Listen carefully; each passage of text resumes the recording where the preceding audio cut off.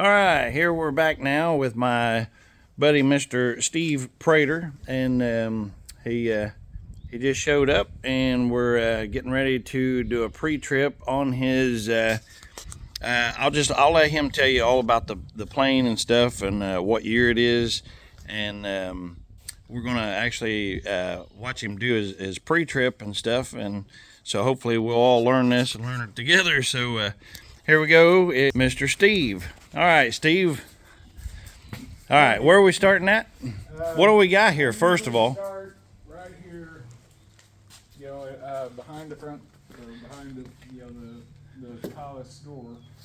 Okay. Go on back, you look at the fuselage, make sure there's no bends or folds, and then you come back here, and there's a little bolt right in there. You want to make sure you see the end of the bolt. Where's the bolt at? It's right down in here, the Okay. end of it. Oh, I see. Okay. Then this, by the way, is called the elevator, and we got the bolt there and a bolt down here. You want to make sure, and this is for the rudder, you want to make sure that everything is you're not missing a bolt, nut, or screw. You inspect it all.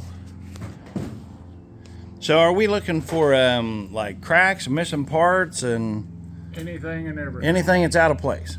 Because if you're up there, Don't look right. okay, anything that doesn't look right. And mostly, like I say, all the bolts, screws, make sure you're not missing any. And over here, bolts for the rudder cables. And over here we got another bolt. You want to be able to see the end of that, make sure it's not backing out of there. And you just kind of come down, run your hand across, make sure there's no bends or anything. Make sure it's nice and clean.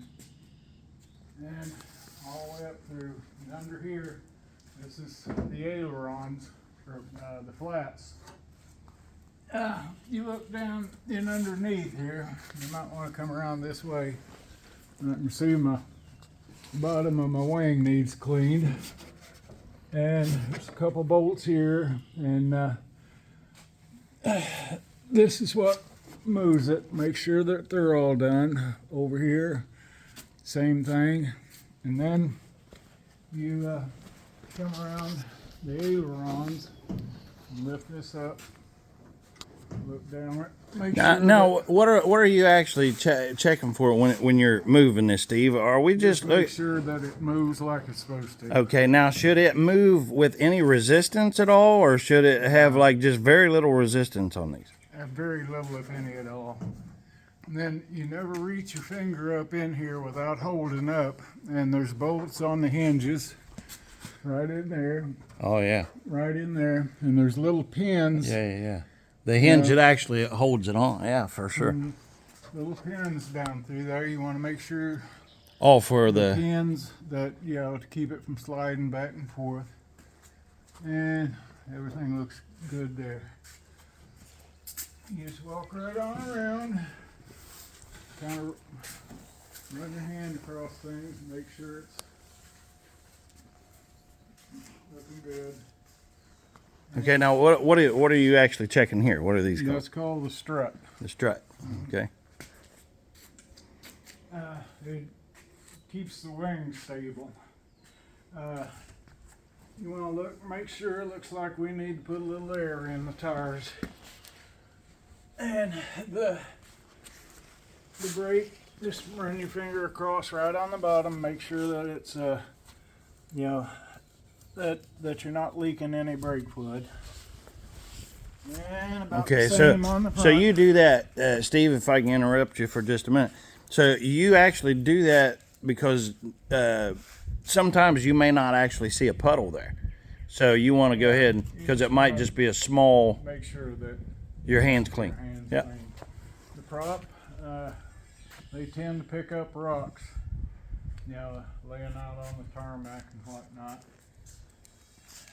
And make sure that they'll put little dents, and believe me, it'll make this thing vibrate like you wouldn't believe. And this is another thing that you want to be on this one. This one I gotta watch it, you know, because people have come along and bumped into it, and then I gotta start it up, you know, and with a pencil I'll hold it down here, see which way it's bent. Oh, you know what? This is really good. This is actually another video that we could do if you would sometime, and actually show that. But yeah, go ahead. You take a pencil and Yeah. line that up That thing, to make sure it's true. That thing's turning, and it'll cut your arm, leg, neck, head, or anything off. So you got to be real careful. It doesn't discriminate. And whenever it goes up and down as it's turning, you know, you hold a pencil up there, and it'll put a mark on that side. Well, then that way you know which way it's pointing. So you just knock it back the other way. Just kind of beat on it. True it up. Back the other way and true it up. Yeah. And look down, make sure all the front nose gear, all the bolts, nuts, and screws. And it looks like we might put a little bit of air in that tire too. This is called the pitot tube. Air forcing against it tells you, it runs your airspeed control. Tells you how fast your air speed is, and there's two different speeds, ground speed and air speed. You know, because you may have a wind hitting you, that's going to slow you down, but it'll tell you your ground speed or your air speed. That is. So it's your speedometer for the air. Yeah, a lot of the times I'll use my GPS once I'm up there in flight, you know, level flight, and you know, it'll tell you how fast you're going. But on takeoff and landing, you want to use the airspeed indicator in here. Because Can you show us that? Yeah. Well, it's right over there. It's Go ahead and go point to it. I'll find a. Around the Okay. left hand. Yeah, that'd be great. We'll nose inside the plane here for just a minute. Beautiful little plane. I've actually been up in this here a couple times with Mr. Steve. It flies really, really good. It's a great flying This is little. the airspeed indicator Okay. right there. And the air ramming against the pitot tube will tell you, you know, how fast you're going.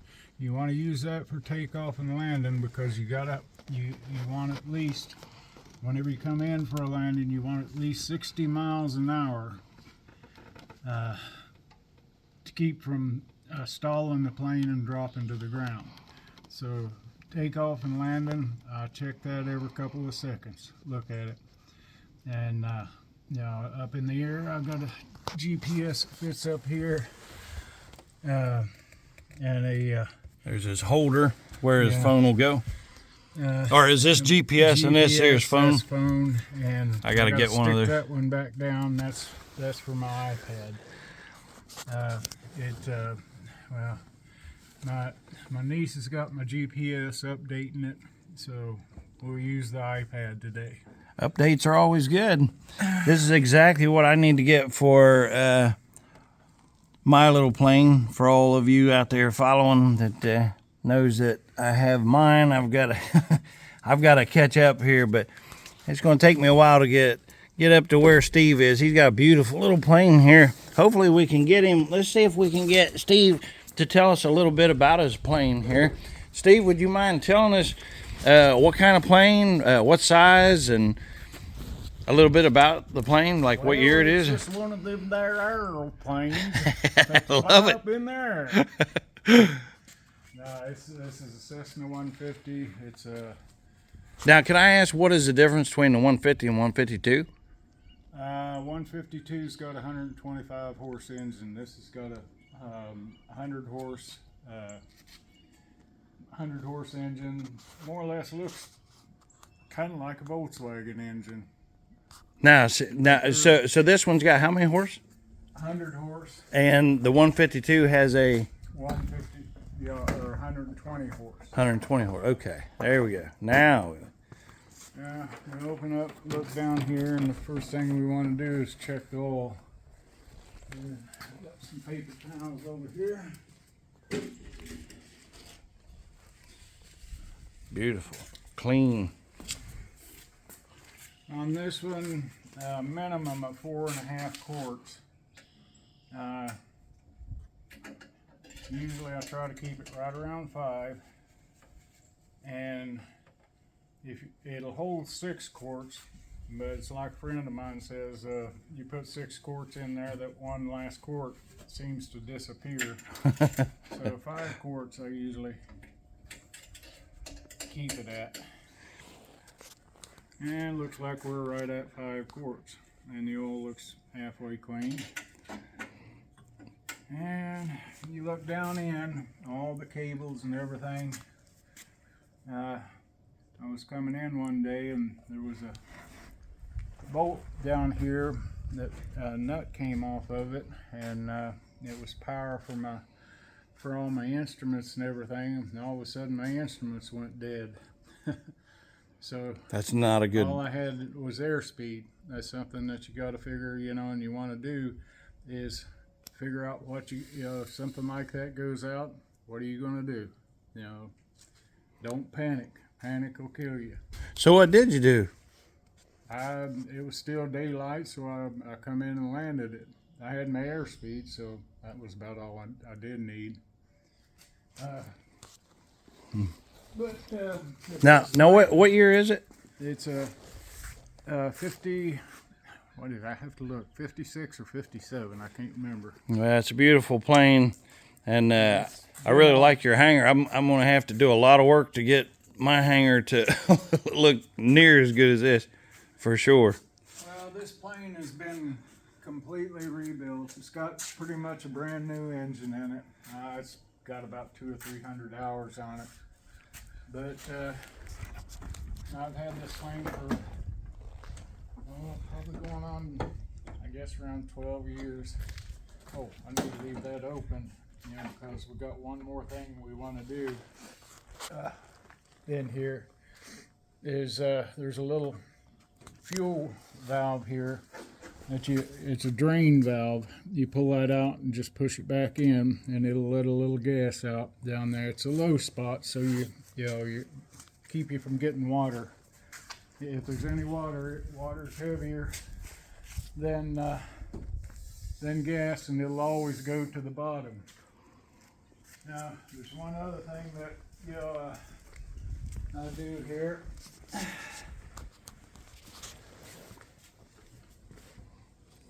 Is, if I find it, hand in here.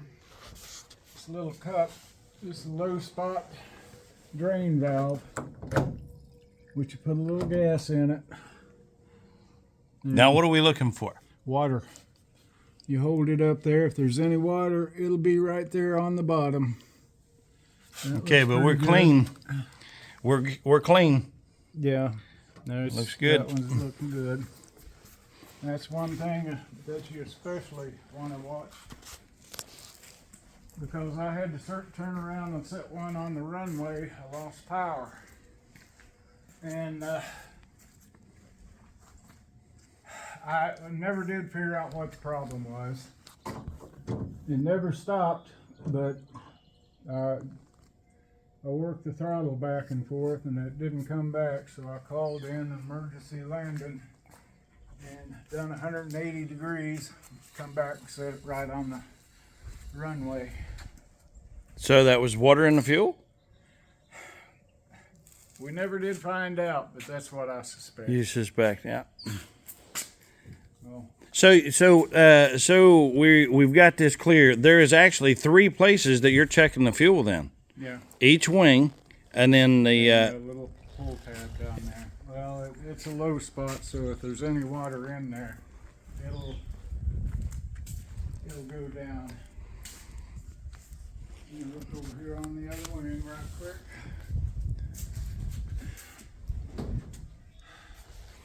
Steve, what is the gas or the fuel for a plane? Is it like high octane? I mean, what? It's called 100 octane LL, and it's aviation fuel. It's usually real good, clean gas. Most always it is. Yeah. And so this being Sunday, with it being Easter and all, how much is the price a gallon now? It's right around, $6 a gallon. I don't know. I haven't bought any here, and I haven't been up in a month. So I imagine it's probably right around in between 5 and 6. Has that gone up like significantly that you can tell in the last few Gas years? is always going up.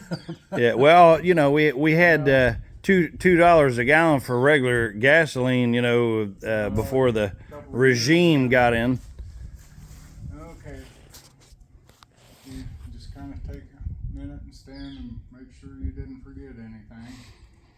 All right. Well, this is a great place here. I think we're going to break this video for right now. And Steve, we really appreciate you showing us around your plane and introducing us to the 150.